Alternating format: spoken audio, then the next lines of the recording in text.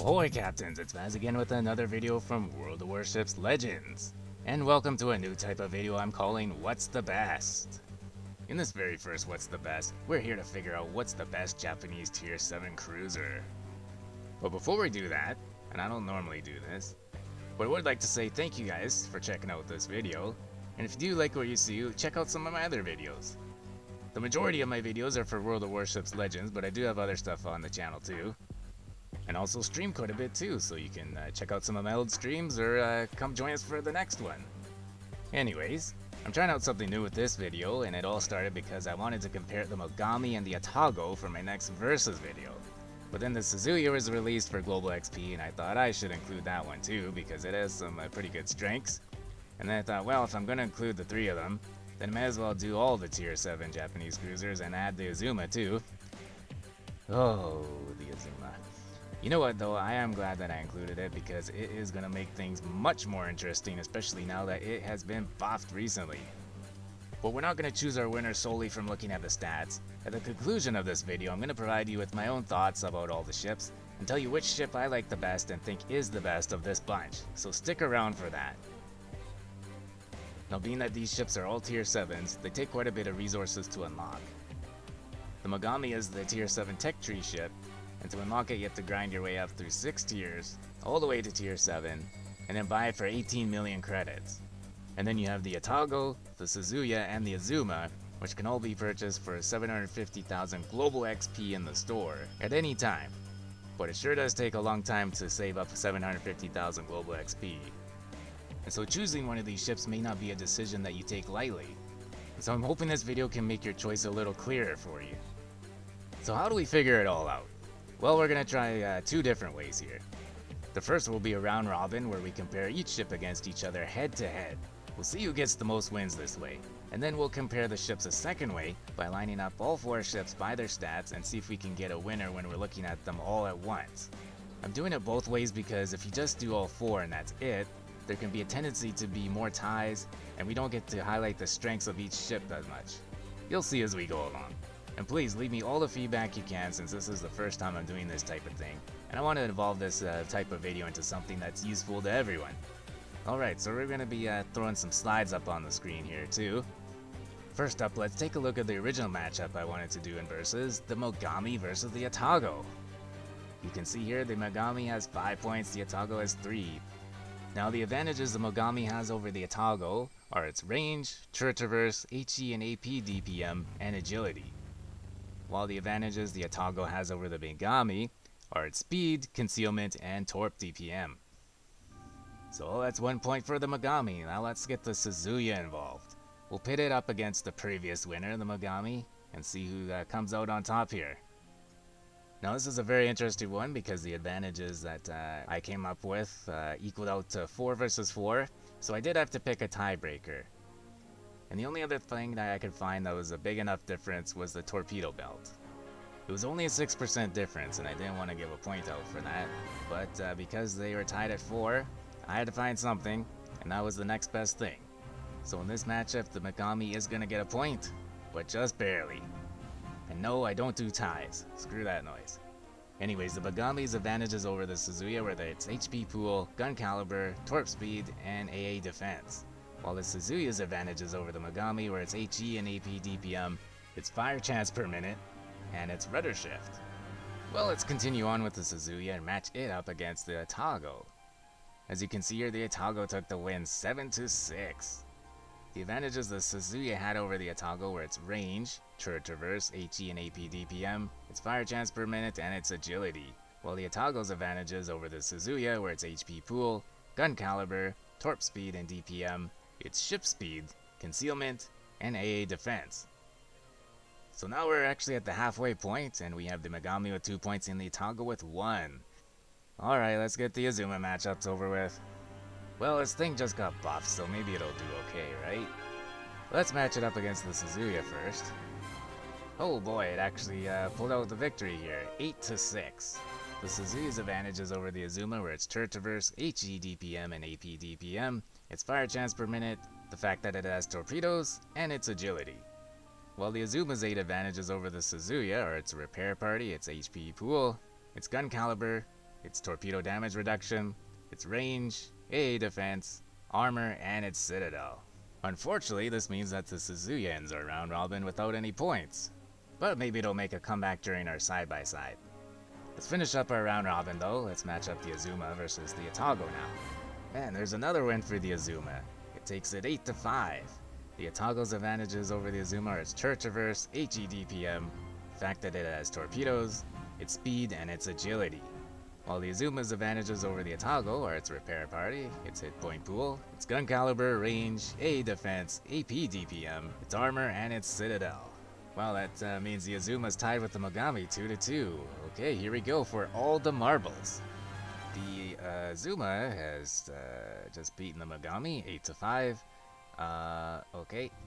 So the Mogami's advantages over the Azuma are its turret traverse, HE DPM, fire chance per minute, fact that it has torpedoes, and its agility, while the Azuma's advantages over the Mogami are its repair party, hit point pool, gun caliber, range, AA defense, AP DPM, armor, and citadel. And there we have it. The winner of a round robin is, wait, what? What? Well, that must be a fluke or something. There's no way the Azuma can be better than any ship. Never mind 3 others, right?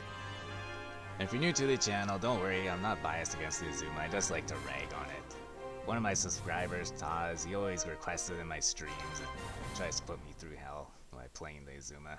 So it's all in good fun, it's all in good fun. As for this comparison, we're now going to look at all the important stats for these ships side by side.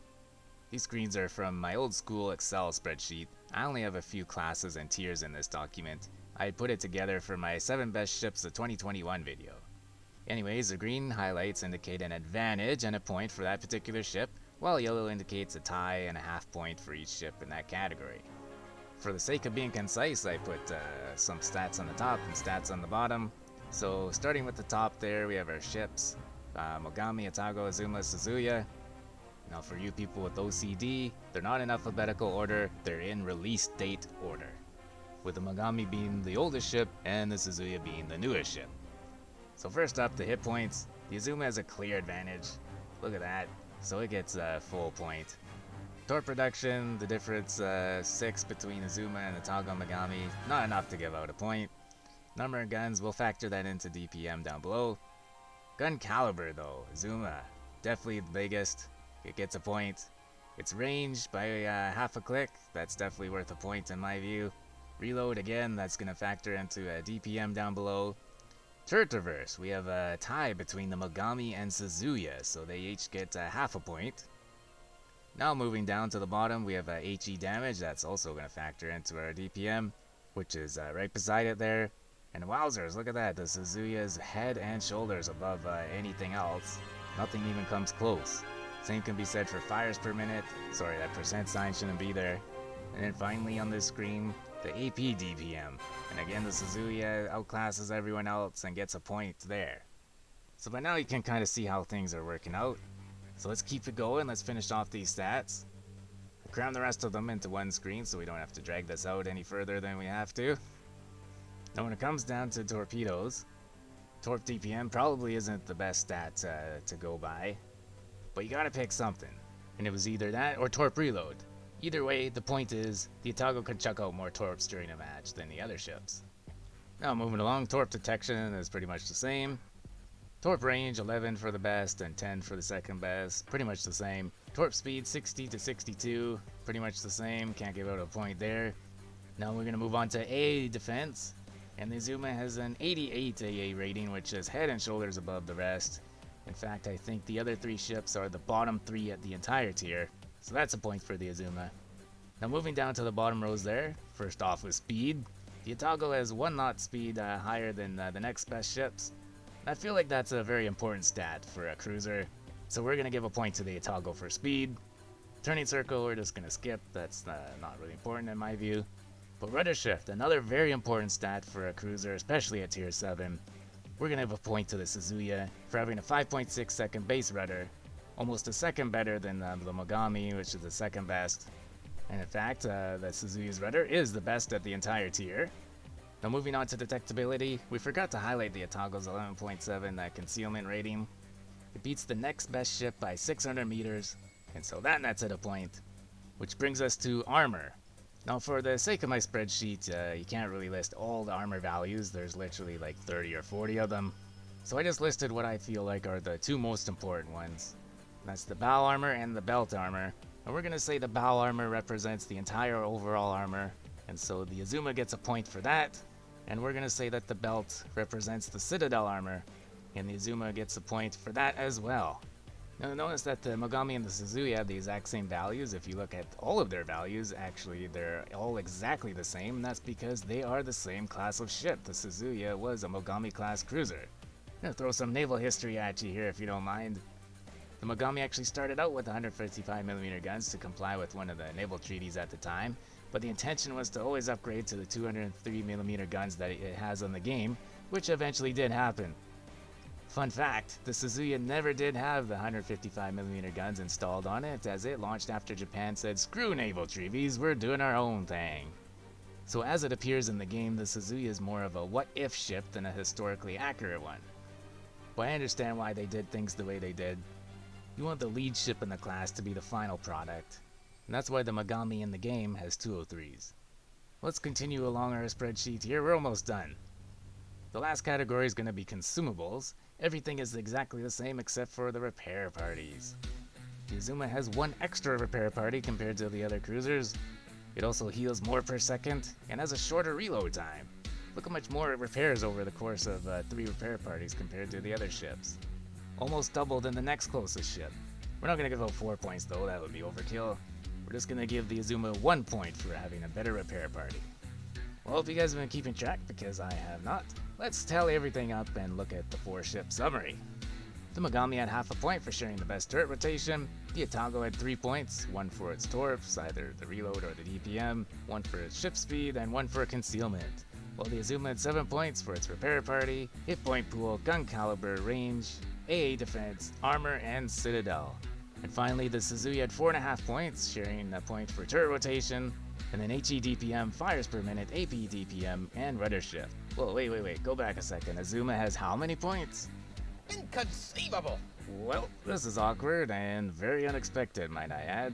Not only has the Azuma won our round robin, but it's taken the overall comparison. No!